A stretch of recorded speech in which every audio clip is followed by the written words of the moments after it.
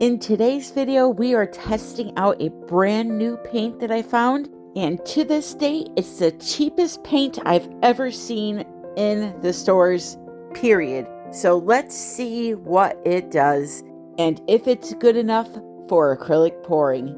Stay tuned, my friends, that's coming up next.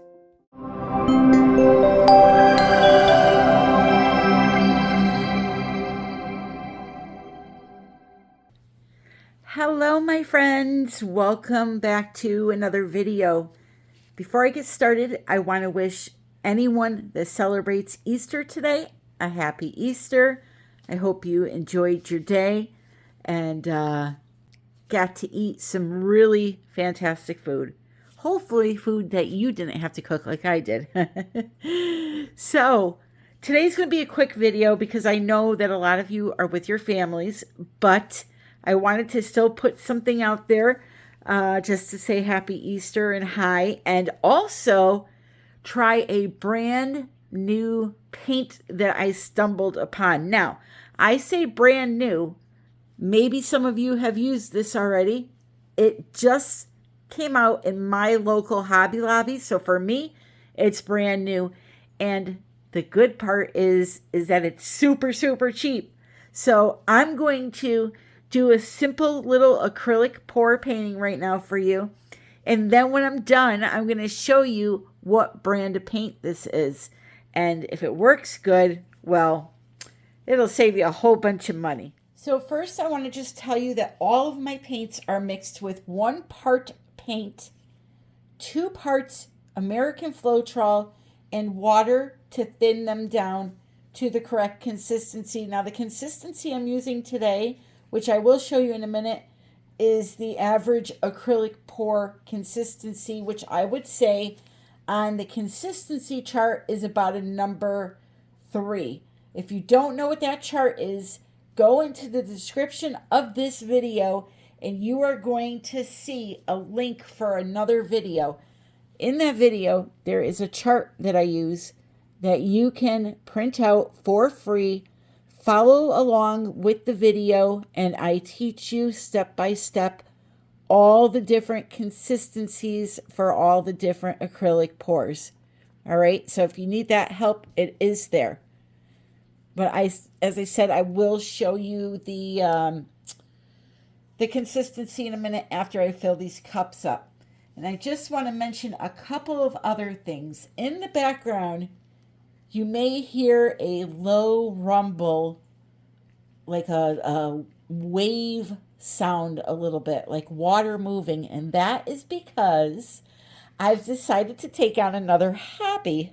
Yes. I am starting a saltwater tank, and don't worry, I am going to film each step of the entire thing so that when it's done and they're efficient, you guys can see what I did. And I hope you enjoy seeing that process. Let me tell you something. I've had to become a little mini biologist, scientist, chemist. It's just crazy how complicated this is to put a fish tank together. But it's been a journey. I'm just going to say that. But I think you're going to love it when you see when it's done. So make sure you stay with me here on this channel so you can see that. So you can see I'm just pouring up from high to make the colors mix together. I have some black, some red, some Christmas red, which is a little bit brighter, and then a couple of blues, a silver, and a white. So we're going to see how this looks.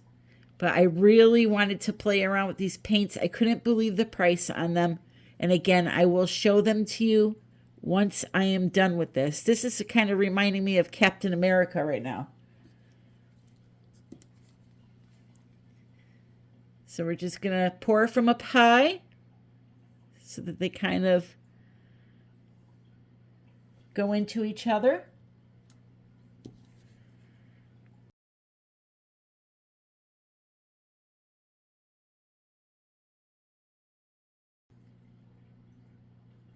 All right, there we go. 3 little cups of paint. Okay, so I have here an 18-inch round, and I have my black base paint, which is mixed up the same way as the colors. And I'll just show you that consistency now. So it flows off the stick and leaves a mound and slowly disappears. Hopefully you can see that. To save a little time off camera, I just poured the black paint on the canvas and tilted it around. All right, so now I'm just going to take my colors that are in the cup and kind of just pour them out along the canvas. I'm just trying to see what kind of reactions I get with this paint today. Like I said, it is new. It would have been nice if I didn't just hit my hand there on the side of the canvas. So let me try that again.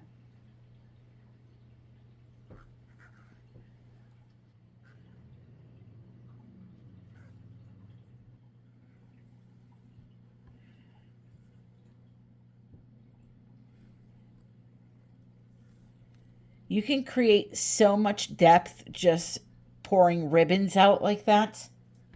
It really is amazing.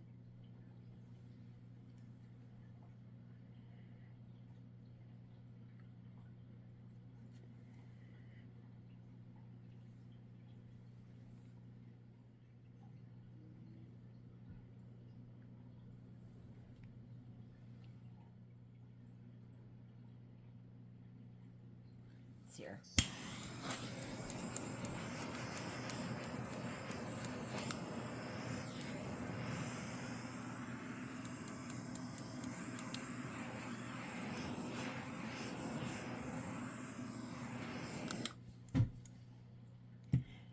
Not much in the way of cells or anything like that, but if you're a person that doesn't like them, that's a good thing, right? Let's try swiping some black over the color. And let's just like go right through it. Why not?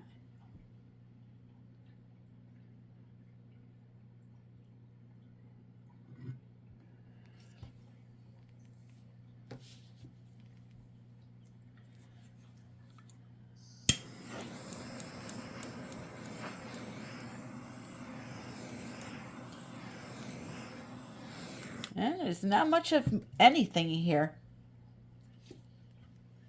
So, if you're a person that likes cells and lacing, maybe this would not be a good paint for you. However, if you don't like them, this would be a great paint for you. Let's try a little bit of silver on the back of the palette knife. I mean, you're getting a little tiny bit, but not much. Let's see what this does.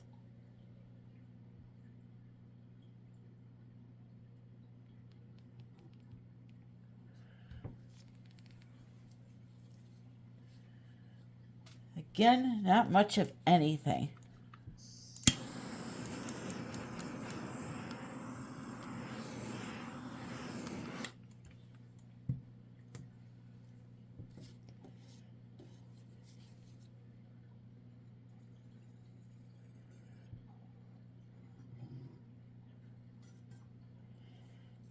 Some point I'm going to have to tilt this.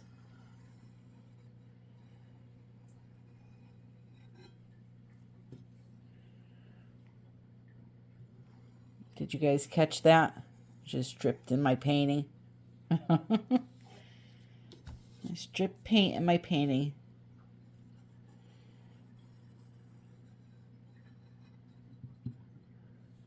So for just a simple kind of abstract fluid piece of art, these are working really, really well. There's always a time in my videos where I'm watching my paintings and I say to myself, I wish I had stopped right there because that would have been a pretty piece. Right now is about that time. It's just a pretty piece of abstract art right now that the colors are so nice against that black background. But of course, I wanted to keep testing here for you to see, what you can do with these things.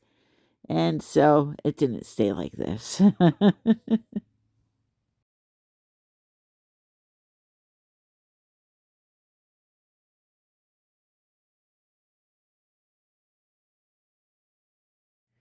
All right, so I just tilted it a little bit to get some of the paint off. I had a ton of paint on there. Now what I'm going to do is I'm going to try to make a painting out of this with some of this WD-40 silicone lubricant. You could get this big bottle from like Home Depot, Walmart, places like that for like $9 versus that little bottle of silicone on Amazon for $12 or whatever it is. So off camera with the nozzle, I just sprayed some in the cup. This is for people that want to use this much, much cheaper paint, but get some nice cells. Take a toothpick, or like I'm doing, the end of a paintbrush, dip it in that. Don't have it dripping, just have it lubricated on the end there. And then touch the paint. And you'll see little cells start to develop.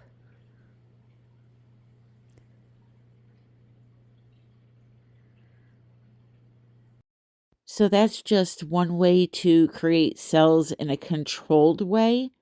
If you want, though, you can add the WD-40 directly to your paints. Let's take this teal, because I lost a lot of that color.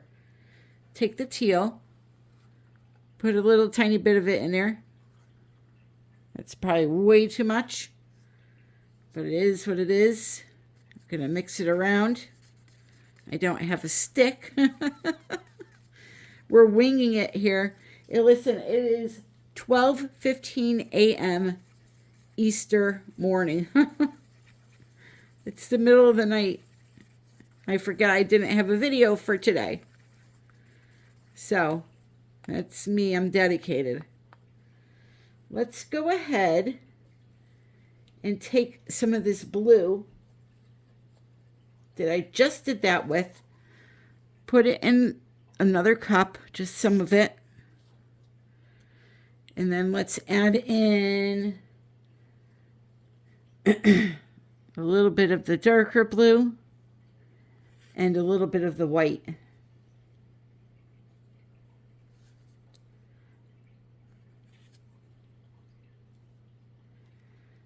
To give it a little swirly do in the cup like that. And now let's see what this does.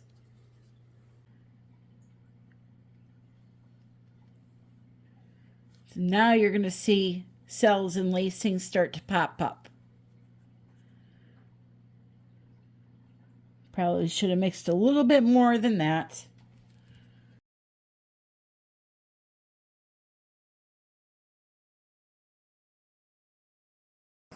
Now you'll see all the cells and lacing start to appear.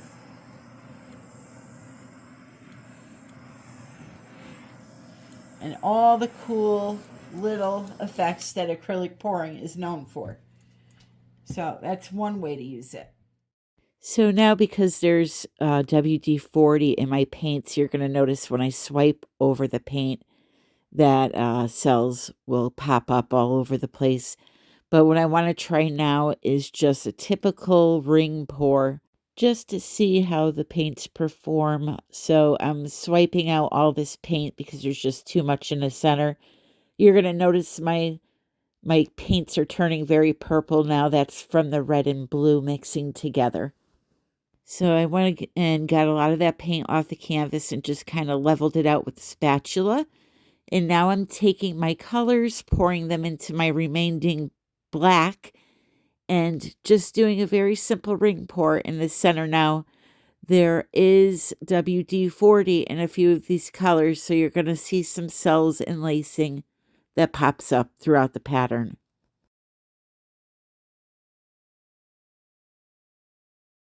One thing I want to mention with a ring pour, when you pour the paint out and you begin to tilt, you're going to notice just how slow I'm going here.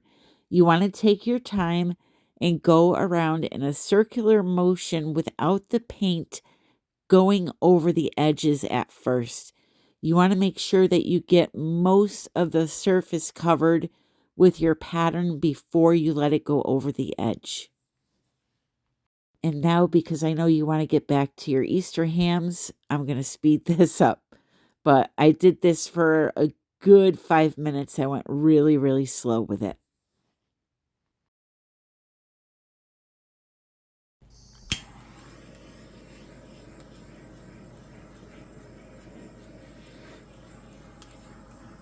Pay attention to this blue area and watch how much bluer it gets from the flame.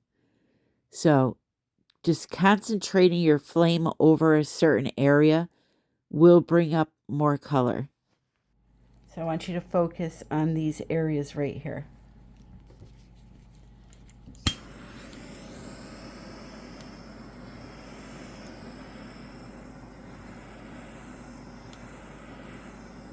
You see it creating that texture? I don't know if you can see that or not, but creates that really funky texture.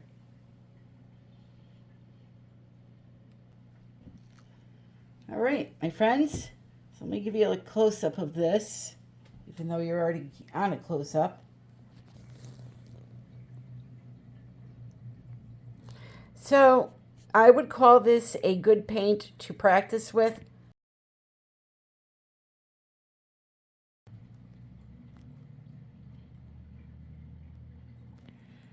This looks cool over here. This is very galactic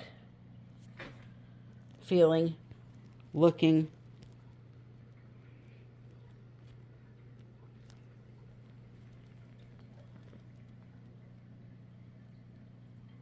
But you could zhuzh it up, paint some planets on top of that. That would be a really pretty painting.